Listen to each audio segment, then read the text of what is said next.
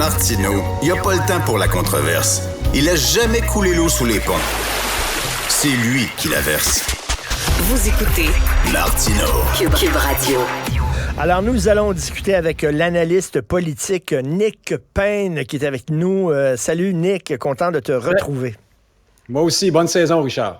Merci beaucoup. Écoute, je sais que tu veux parler de cet enseignant ou enseignante non-binaire M-Mix, je ne sais pas trop comment l'appeler, mais écoute, d'abord, je veux revenir sur la chronique d'aujourd'hui d'Emmanuel Latraverse dans le Journal de Montréal. On sait qu'il y a une guerre entre les médias et Facebook, entre Ottawa et Facebook. Donc, Ottawa veut forcer Facebook à payer une certaine partie, là, à prendre de l'argent de Facebook et à verser ça aux médias canadiens pour les aider à traverser la crise.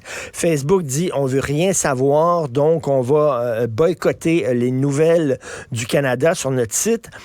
Emmanuel aujourd'hui dit tout haut ce que beaucoup de gens pensent tout bas, c'est-à-dire on ne gagnerait pas cette guerre-là. Ça donne rien. Je comprends le principe là, d'obliger Facebook à payer sa juste part, mais il y a des gens qui disent, comme Emmanuel, on a plus besoin de Facebook que Facebook a besoin du Canada. C'est une guerre qu'on va perdre de toute façon. Et là, les perdants actuellement, ce sont les médias qui ne peuvent plus utiliser Facebook pour mousser leurs nouvelles. Qu'est-ce que tu penses de tout ça? Est-ce que effectivement, le principe, je le comprends, mais tu sais, des fois, il faut mettre tes principes de côté. Si tu peux-tu gagner ou tu peux pas gagner? T'en penses quoi, toi? Je sais pas si Ottawa mène sa guerre de la bonne façon et sur les bonnes prémices.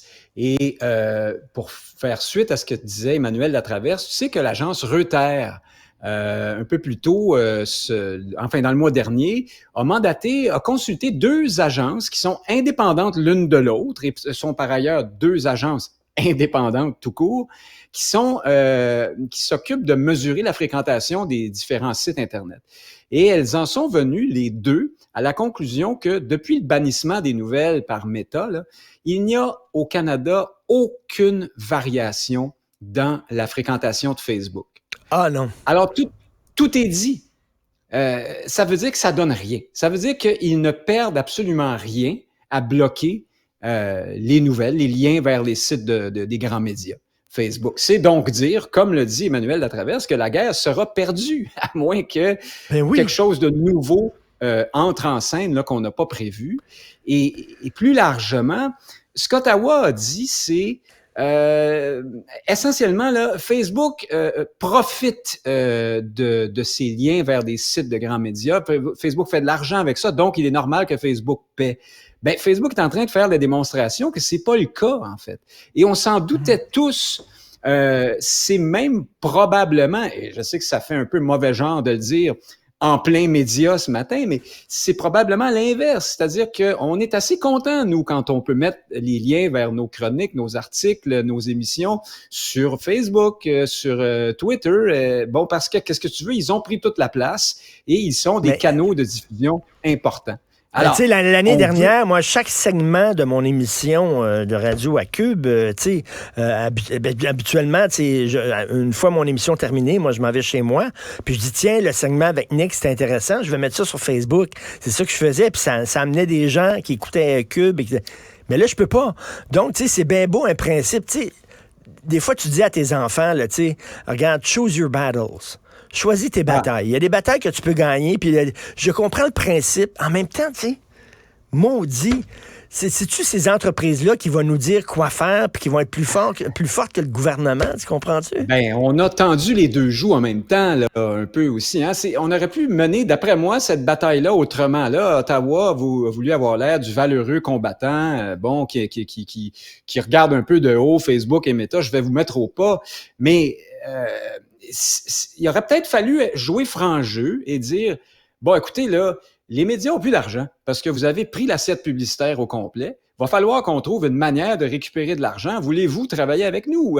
Essayez d'aller sur le plan des principes, de l'éthique, de l'image, attaquer ces compagnies-là, plutôt que se lancer sur de fausses prémices dans la bagarre, au fond, en disant, vous nous volez de l'argent, vous volez de l'argent aux médias, parce que vous diffusez des liens vers eux sans les rétribuer. De toute évidence, c'est pas vrai, ou en tout cas, ça n'a pas l'air vrai, ça. Alors là, Meta et compagnie ont beau jeu de dire, vous voulez pas, on le fera plus. Qu'est-ce que tu veux? C'est pas plus compliqué que ça. J'ajoute un élément de réflexion, Richard, c'est que déjà auparavant, Facebook, de par son algorithme, réduisait beaucoup la diffusion de liens qu'on mettait dans des statuts là, vers les médias. Hein? Si tu publies une photo de ton chat ou si tu écris un texte là, sur Facebook sans lien vers un autre endroit, c'est très fréquenté. À l'instant où tu mets un lien vers TVA, Radio-Canada, Cube, peu importe, là, tout à coup, la fréquentation baisse beaucoup. Tu te retrouves avec 8, 12, 15, 20 personnes qui aiment ton truc. C'était déjà comme ça autrefois. Alors, tu sais, déjà, là, il y avait la fréquentation était très, très restreinte par Facebook sur ces liens-là. Écoute, je vais me faire l'avocat du diable pour les fins de la conversation, Nick, OK? D'un simple point de vue capitaliste, là. Imagine-toi là, que Coca-Cola devient super, super populaire, puis les gens ne boivent plus d'eau minérale.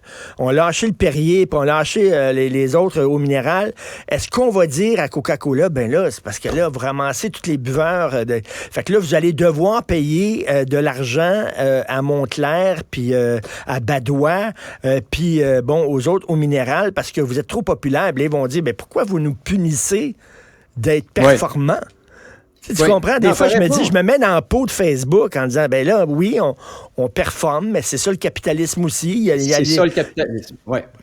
C'est une question de modèle d'affaires aussi, certains pourraient répondre. Là, il va falloir que les médias trouvent d'autres façons de se financer. C'est bien beau, mais moi, je pense qu'il est légitime pour un gouvernement de dire, vous avez pris tout l'argent.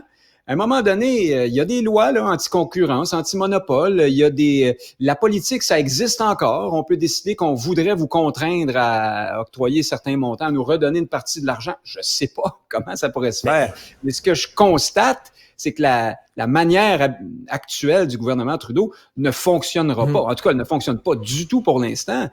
Tout le monde s'en fout, là, jusqu'ici. Ça dit beaucoup aussi sur les raisons pour lesquelles les gens vont sur Facebook. Est-ce que c'est vraiment pour s'informer ou si c'est pour les photos de chats puis les fesses? Les médias sont fâchés, bien sûr, parce que nous autres, écoute, c'est notre pain, notre beurre, mais est-ce que monsieur et madame tout le monde, ça les touche? La question est lancée, puis en même temps, c'est bien beau mener une bataille, mais la seule chose qui est importante, qui importe, c'est peux-tu la gagner? Si tu peux pas la gagner, tu sais, des PCP, ils regardent un dossier, là, puis est-ce qu'on va porter des accusations? Non, d'après moi, on n'a aucune chance de gagner en cours, on portera pas d'accusation. C'est comme ça qu'il fonctionne.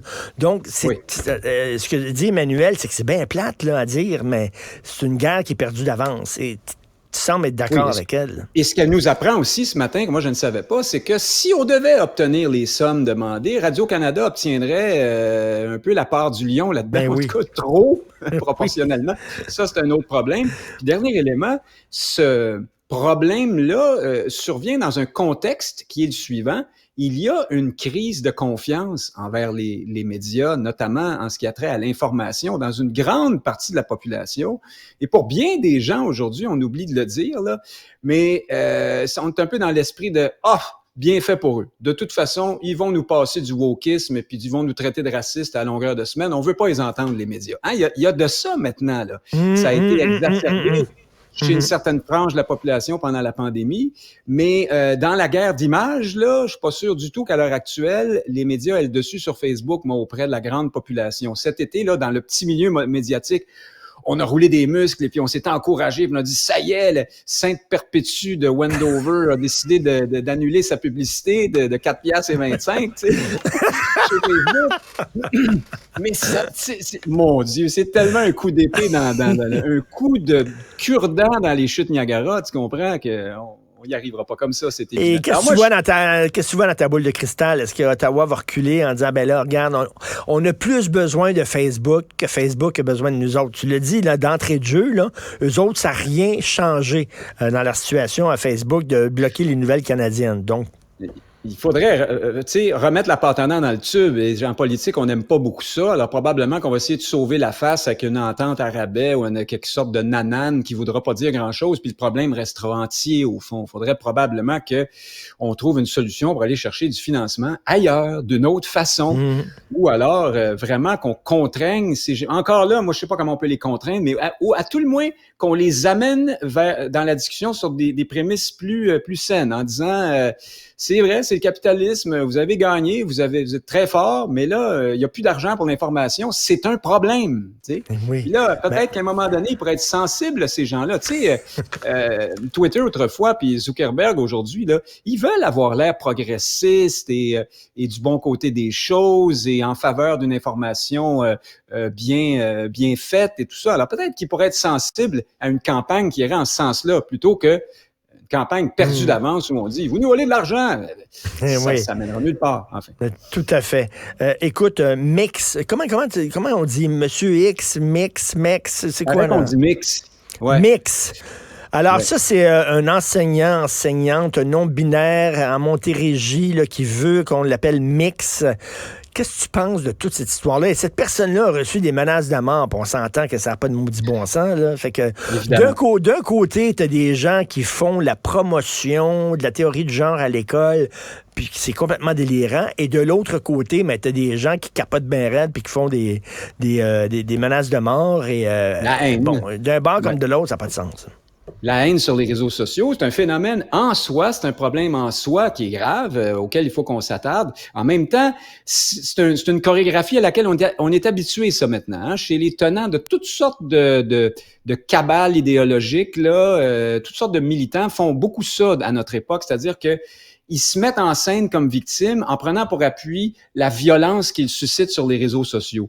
À un moment donné, il va falloir arrêter ça, là. C'est pas parce que des gens te font des menaces de mort sur Facebook que ça veut dire que tu as raison dans ton affaire. Tu sais, il faut quand même, là, d'autant plus que dans cette mouvance woke-là, appelons-la encore comme ça, là, il y aura un nouveau terme éventuellement, mais la provocation est bien présente. Tu sais, à un moment donné, là, la direction de l'école qui écrit aux parents, qui dit faut appeler le professeur Mix et puis on va éduquer vos enfants, on va pratiquement les rééduquer à l'ouverture et à l'inclusion. C'est une longue lettre là dans laquelle on traite de ce problème-là.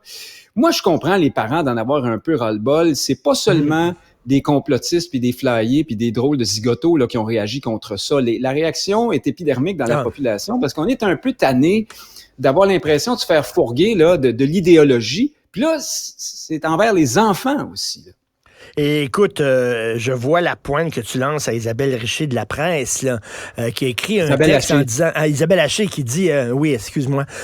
Qui dit, oui, mais le père en question là, qui a sonné la sonnette d'alarme, c'est un complotiste.